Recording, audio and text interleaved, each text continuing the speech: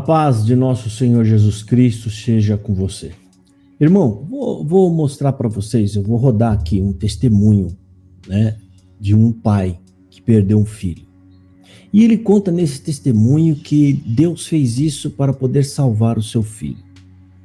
É aquele tipo de testemunho ou de profetadas, que ele vai relatar muitas profetadas aqui, de pessoas dizendo assim para o garoto que se você não vier, Deus vai fazer isso, Deus te ama, Deus vai abrir uma sepultura. Se você tem sempre aquela pressão psicológica para que o garoto se enquadre. O garoto gostava de ir para a igreja, mas ao mesmo tempo estava no mundão, porque o pecado estava tomando conta dele, o mundo estava no coração dele. Notem que em nenhum momento se fala de evangelho e nem de Jesus Cristo. Fala apenas em estar na CCB. Você deve estar na CCB. E então, essas profetadas, né, dizendo para o garoto que se ele não vier, Deus vai ceifar você, Deus mostra a porta da sepultura aberta, aquelas coisas todas. Tá? O garoto começa a beber, fumar, andar com más companhia, mas para o CCBano, pecado é só o ato sexual. Então, para eles, Deus recolheu antes que ele fosse para o mundo ou se perdesse. O que é se perder para o CCBano? Porque o garoto já estava no mundo e envolvido até com pessoas de má índole, né? Mas para eles, né, enquanto eles não souberem que houve um ato sexual, então a pessoa ainda está pura e está santa. Porque para eles o que pesa na conta do CCBano são atos sexuais. Né? Ou seja, você vai ver que o pai fala, ele já está envolvido no mundo, ele já está com as coisas do mundo, mas Deus recolheu ele para que não se perdesse. Como assim não se perdesse? O garoto já não estava no mundo, já não estava lá com outros garotos praticando coisas ilícitas. O que é se perder para o CCBano? Vocês estão entendendo, gente? Essa doutrina dessa igreja, gente, observa que nesse testemunho Jesus Cristo é omitido, não se fala em conversão, não se fala em arrependimento, não se fala em crer em Jesus como o morto na cruz para pagar o meu pecado, e sendo esta morte suficiente para a minha salvação. Não se fala nada disso. Apenas se fala, ou você vem para a CCB e fica, ou Deus vai abrir a sepultura para você. Aí aconteceu alguma coisa lá, um outro garoto que ficou ferido, ainda recebeu uma profetada, às vezes nem é da CB, e falou para ele, olha, você vai ficar nessa cama. Se você quiser servir a Deus, ele te tira daí. Se você não quiser, você fica aí. E pelo que ele conta, o garoto tá na cama ainda, porque ainda está pensando, ainda decidindo. O garoto não sabe nem o que é CCB, não sabe nem o que é obra de Deus, mas a profetada vem para cima dele também. Né? E você vai ver aqui somente os relatos aqui, não se fala de Bíblia, não se fala da palavra de Deus, não se fala de conversão ao evangelho, é tudo na base do eu estou sentindo. Deus me faz sentir. E aí vem as profetadas dizendo coisas da sua vida, né? Que Deus fez isso na sua vida, porque ele conta que para provar que era Deus que estava falando, porque tem que o falso profeta tem que dizer, ele tem que deixar alguma marca, alguma prova, ou seja, falar de alguma coisa que ninguém está vendo. Como assim? Aí entra o espírito do adivinho. Eu não sei se vocês já leram, presta atenção lá em Atos dos Apóstolos, capítulo 16. Mais especificamente, o verso 16 também, o apóstolo Paulo expulsa um espírito de adivinho. O que esse espírito de adivinho faz? Ele fala de coisas que os outros não estão vendo, coisas da sua intimidade, coisas da sua vida. Entendeu? Isso é espírito de adivinho, porque o espírito contrário também está te vendo, também está te assistindo, ele sabe onde você passou agora, ele sabe o que você fez, ele sabe o que você fez ontem, ele sabe. E aí, por permissão de Deus, esse espírito começa a falar essas coisas. Isso não é profecia, querido, tá? Profecia é coisa futura e falar de Cristo, tá? E aí ele começa a falar essas adivinhações. Então você vê que a base para eles acreditar nisso foi sentimento e profecias de adivinhação. Para eles isso é o sinal de que era Deus que estava falando com o rapaz ou com o pai, né? e assim por diante. Aí, o final de tudo é que Deus levou o moço para que ele não se perdesse. Se o garoto já está no mundão, não creu em Jesus, não fala em momento algum se ele creu ou não, se Deus recolheu para ele não se perder, é complicado. O testemunho é aterrador, sabe? Ele é perturbador, na verdade, a palavra correta é essa, é perturbador, porque você vê é o próprio pai relatando isso e o pai alienado na CCB nem tem noção de que o filho não confessou que Jesus Cristo é o único e suficiente salvador da sua vida. O que é a confissão? É quando você declara por fé que você está confiando em Jesus, que ele na cruz fez tudo para que você pudesse se salvar. Essa é a manifestação da fé. Esta é a fé salvífica, a fé que trabalha para a sua salvação. É lamentável. Ouça o áudio aí, gente, tá? Eu vou colocar o áudio aí para vocês ouvir. Esse tipo de áudio, esse tipo de testemunho acontece, eles usam muito esses testemunhos em reunião de jovens, reunião de mocidade, pressionando os moços para que eles se batizam, para se proteger assim da morte. Eu não sei de onde eles aprenderam, em que Bíblia eles leram que eles devem fazer qualquer coisa para se defender e se proteger da morte. É o contrário na Bíblia que a gente lê. Quando você tem fé viva em Jesus, a primeira coisa que você perde é medo da morte. Ela não te põe mais medo. Porque você tem certeza que Jesus Cristo te salvou. Mas o CCBano, como aqueles suricatos, né? Aqueles bichinhos que saem apavorados, mete a cabecinha lá para fora e fica olhando, um fica vigiando enquanto os outros comem, medos de morrer. Porque eles não se sentem seguros. Eles são vulneráveis aos predadores. E é assim que o CCBano se comporta a vida inteira.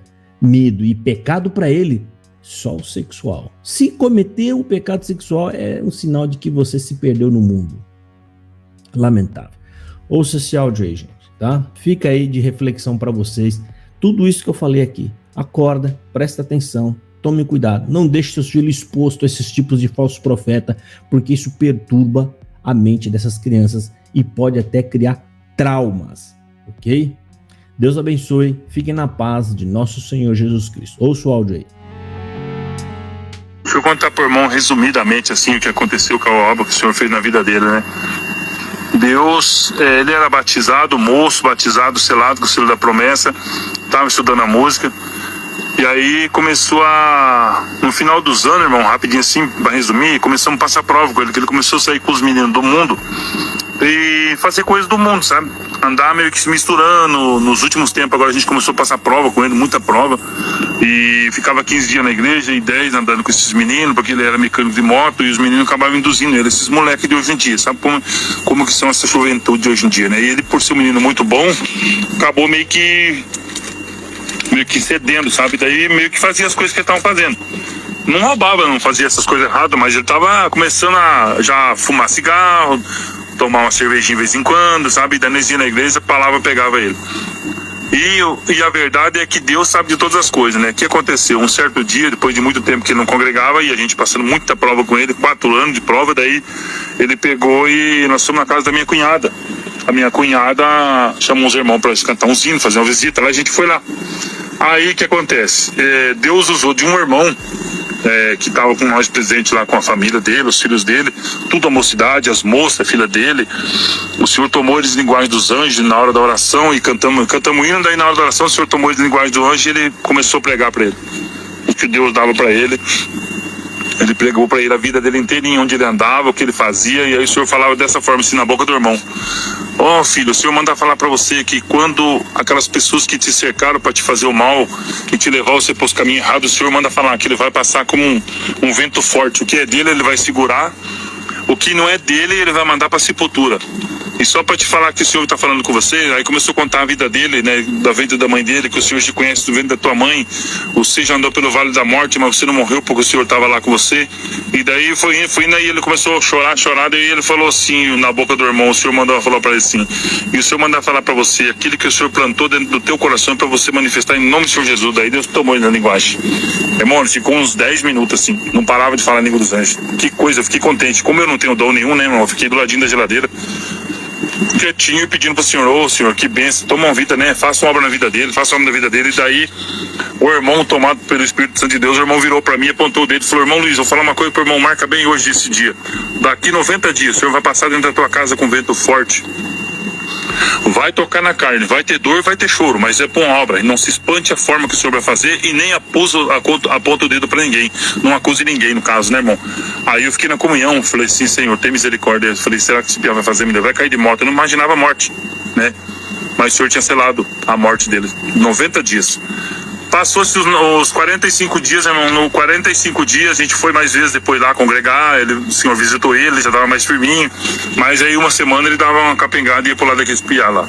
Daí, quando faltava 15 dias, o Senhor, como é que Deus é perfeito? O Senhor mostrou para uma irmã que mora mais ou menos uns 70 quilômetros longe da nossa cidade. Nós moramos em Curitiba. Ela mora na região de Campo Magro. É um município vizinho, na região metropolitana. Mostrou para ela, e o Senhor mandou ela entregar um recado. Até então nós não sabíamos o recado, né? E eu nesse dia eu fui trabalhar, porque eu trabalhava como segurança numa motorista e segurança, né? Numa empresa de guindaste lá, que eu trabalhava, e eu estava trabalhando lá à noite, né? Eu não pude participar desse dia.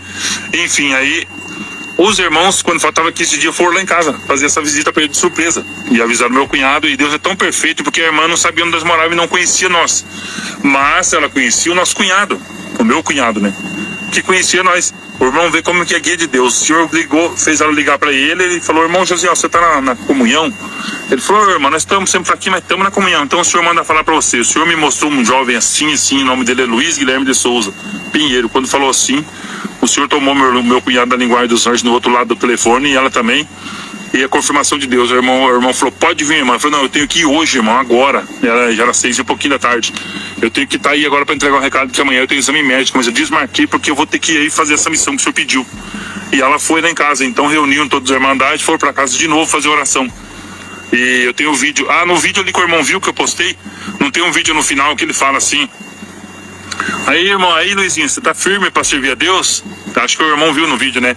Então aquela irmãzinha que tá chorando do lado que deu o recado para ele. Então a verdade é que eles começaram a cantar hino lá em casa, eu não estava presente, só minha esposa e meus familiares começaram a cantar hino e tal. Aí fizeram uma oração de agradecimento a Deus, e o Senhor tomou os irmãos. Tomou os irmãos e tomou essa irmãzinha por Deus. Ela levantou da cadeirinha dela chorando, falando em língua dos anjos dentro da nossa sala, da nossa casa, e apontava o dedo para ele e falava, contou a história dele a vida inteirinha. E falou para ele assim, o Senhor manda falar para você, filho, olhando no olho dele, irmão. Fazia assim que Deus amava muito ele, que ele era uma joia preciosa de Deus, e gesticulava para ele assim com as mãos, no sentido dele falando com ele, sabe? E Deus tomava ela na linguagem. O Senhor falou para ela assim, e o Senhor manda falar para você, meu jovem, meu filho, o Senhor te ama tanto que daqui 15 dias ele vai abrir uma sepultura para você e vai mandar um anjo que nunca desceu na terra para te buscar, de tanto que ele te ama. E quando ela falou assim, o Senhor tomou ele na linguagem dos anjos, coisa mais linda do mundo. Irmão, eu não estava lá, eu não presenciei porque eu estava trabalhando, mas a minha esposa, meus cunhados me testificaram para mim depois. Coisa mais linda do céu, ele pulava, ele jubilava de alegria. Pensa na alegria que ele estava. Ele estava muito alegre. E ele falou, creio, irmão, creio. Faz, Senhor, faz, Senhor. Ele falava em língua e falava assim, Senhor, faz, cumpre o teu desejo no meu coração, Senhor, quero ir pro céu. E falava, irmão, não, coisa do céu, sabe? Uma festa assim que no mundo não tem. Por um lado da carne é triste, porque a gente perdeu ele mesmo, né? Em 15 dias o Senhor veio e cumpriu a profecia na vida dele. Usou de uma forma que eu vou explicar para o irmão.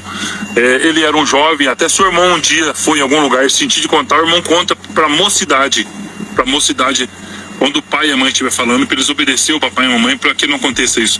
Porque o dia que o Senhor falou para ele que ia com 15 dias buscar ele, ele saiu no 14º dia, quando foi, por exemplo assim, hoje ia fechar, era num sábado, numa sexta-feira, irmão, ia fechar o 15º dia.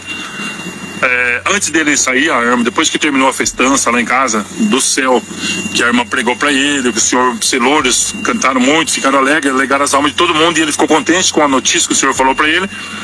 Ele abraçou a irmã, pediu pra irmã, posso dar um abraço na irmã? A irmã falou, pode, filho. Irmã, pede pro senhor cumprir a profecia na minha vida, que eu quero ir pro céu. Mas pede pro senhor mandar o Espírito Consolador pro meu pai e minha mãe, que eles vão sofrer muito.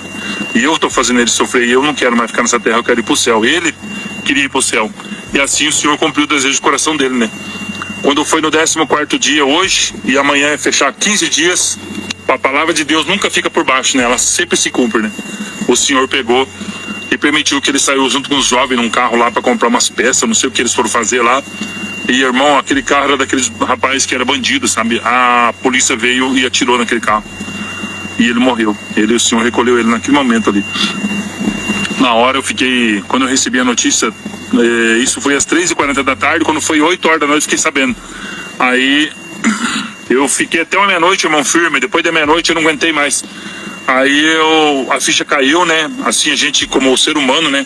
A gente sabe que foi Deus que mandou fazer. O Senhor avisou tudo passo a passo que ia fazer, mas a gente sente falta, né? Começou a olhar para o meu sobrado, assim, que a gente construiu junto. Começou a dar uma angústia no coração, angústia de alma. E eu pensei, Senhor, tem misericórdia. E agora, Senhor, esse menino? E agora, meu Deus, sem ele? Falei, ô, Senhor. Daí fui pro banheiro, irmão. Chorei um monte, chorei a noite inteira, irmão. Fui pro banheiro umas 4 e pouco da manhã. Fui orar a Deus, pedi, Senhor, o Senhor falou. Eu sei, eu não sei orar, vou conversar com o senhor conforme o senhor falou. Eu sei que o senhor falou na palavra que ia fazer isso. Eu lembro de cada vírgula, de cada lá naquele dia, na casa da minha cunhada, o senhor falou assim, que não era pra apontar o dedo pra ninguém. E aí eu falando com Deus assim, né, irmão? Nem abri a oração, que eu tava tão fora de si. Falei, Senhor, eu sei que o senhor falou tudo isso. Mais uma coisa que eu quero perguntar pro senhor. Se eu tenho um crédito com o senhor, eu sei que o senhor fez a obra, eu sei porque eu vi com meus olhos. Mas manda amanhã um vaso no meu portão falar, Senhor, se ele... Fala que ele tomou os tiros, Senhor, porque ele nunca matou um passarinho, ele era teu servo, por mais que ele era fraquinho, mas ele era teu servo. Se ele tomou os tiros, se o Senhor recolheu ele antes pra ele não sentir dor, Senhor, porque tadinho dele, ele não merecia isso, né? Daí eu levantei assim, sem selar, irmão, porque eu tava, assim, chorando muito demais, a gente tava fora de si, né? Naquela situação ali, não tinha nem... E o Senhor entendeu tudo. Saí, irmão, fiquei acordado. Quando foi 6h40 da manhã, chega o meu cunhado, que tava no dia que o Senhor pregou a profecia na vida dele, chegou o meu cunhado para nos visitar de manhã cedo lá.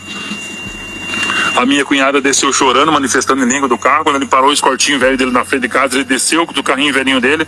Quando ele encostou a porta, o Senhor tomou na linguagem dos anjos. Ele começou a apontar para mim e falar umas coisas bonitas e falava em língua japonesa, coisa mais linda, irmão, de dia assim na rua, todo mundo vendo, na frente de todo mundo. E o Senhor tomava ele numa linguagem, coisa mais linda do mundo. E eu olhei para ele e comecei a sentir, pensei, Senhor, é o recado. Eu comecei a chorar daí. Aí eu falei, Senhor, manda. Ele falou, Luiz, você crê no que eu vou falar? Eu falei, José, pode servir a Deus que eu tô esperando um recado. Aí ele começou a falar, irmão, o Senhor manda falar pra você. Eu vejo o neném com o olho do Espírito do teu lado. E daí Deus tomava ele na linguagem, ele parava um pouco, você sabe, e falava, ele tá do teu lado com uma minta branquinha, o cabelo dele cor de ouro. O olho dele parece aqueles carros Xenon, um olho azul, e da coroa dele tem a cabeça dele tem uma coroa muito linda. Que o demônio perdeu o GPS da tua casa, o que ele queria tá no cemitério. Agora o Senhor manda falar pra você. Que ele, o que ele queria, ele veio e recolheu, é dele. E só pra você saber que não é eu, simples negrinho, porque ele é moreninho, irmão, que tô falando essas coisas pra você, hoje, 4h20 da manhã, você não foi orar a Deus, e não falou assim, Senhor, o Senhor fez isso, assim, então o Senhor manda falar pra você que ele recolheu ele antes dele passar a linha do trem. Eu nem sabia, irmão, que tinha linha do trem. Antes da linha do trem, o Senhor transformou ele em estátua humana e recolheu para o seu reino de glória. E daí Deus tomava, irmão, uma coisa mais linda do mundo, assim, não tem nada nessa terra que compara com aquilo, não existe. E ele entrou pra dentro de casa, uma sapateando e falando em língua dos anjos, foi lá e rodeou a casa inteira e não parava de cessar de falar em língua dos anjos dentro de casa. Ficou ali uns 20 minutos, 15 minutos falando, uma coisa mais linda do mundo. Deus tomou a minha esposa, tomou a minha cunhada, e eu fiquei quietinho na comunhão, chorando e agradecendo a Deus, né? Porque Deus tinha mandado um recado.